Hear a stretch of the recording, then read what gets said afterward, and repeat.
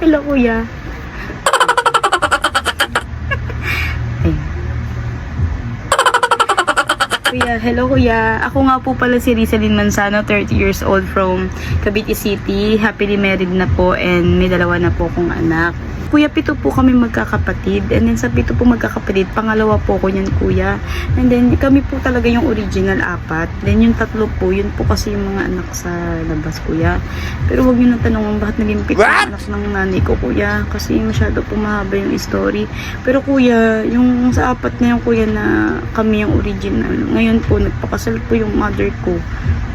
Kasi hiwalay na po talaga yung parents po. Yung parents ko po talaga is hiwalay na. Nagpakasal.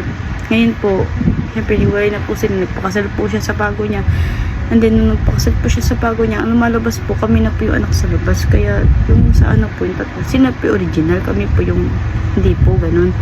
Pero kuya, kahit magulo kuya yung buhay namin, kuya. Sana po mapili nyo naman ako, kuya. Ang tagal-tagal ko na kuya nag-audition. Simula ng PBB All-In pa lang kuya, nag-audition na ako dyan. Pero hindi ako napili. Pero okay lang kuya, kahit maaga ko nagising ng 2 AM no, kahit alauna pa nga yung kuya hanggang makapunta ako sa Philippines, sa Araneta Coliseum kuya. Kung natatandaan nyo kuya, nagpa-wave-wave pa kami yung kuya.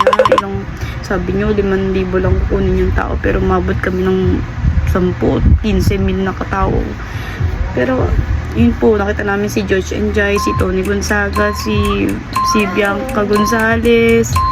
Basta marami pong artista yung nakita namin. Pero sobrang saya kuya, solid yun. Pero kung hindi man po ako mapipili ngayon, sad to say, wala na. Pero hindi ako pipili kuya.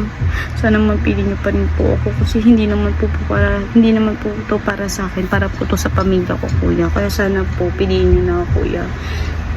Ipapakita ko po kung sino ako, kung ano ba talaga ako, tao ba talaga, hindi kuya, kung sino ba talaga ako, kung ano pa yung mas mapapakita ko sa tao na hindi nakikita ng lahat. Alam mo yung kuya, gusto ko yung may ano ganun.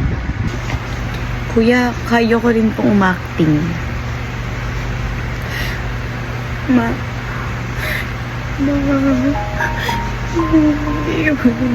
kapatid ko. Hindi ko ayanin na ako lang mag-isa magtaguyod sa kanila, ma. Mami.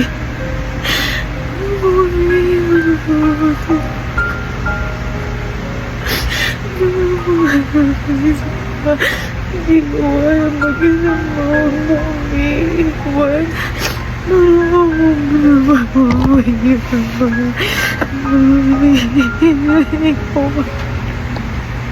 Hindi ko kaya, mami.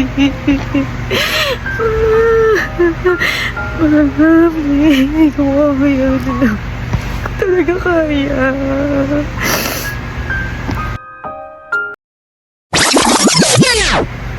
Kaya ko rin po maging isang komedyante.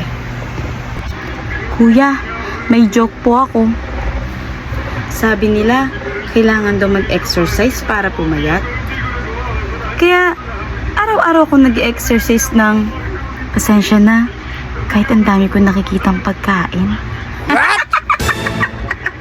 Okay ba, kuya? Kuya, kaya ko din po kumanta, kuya. Bukas na lang kitang mamahalin, sabay sa paglaya ng ating mga puso. Bukas na lang kita.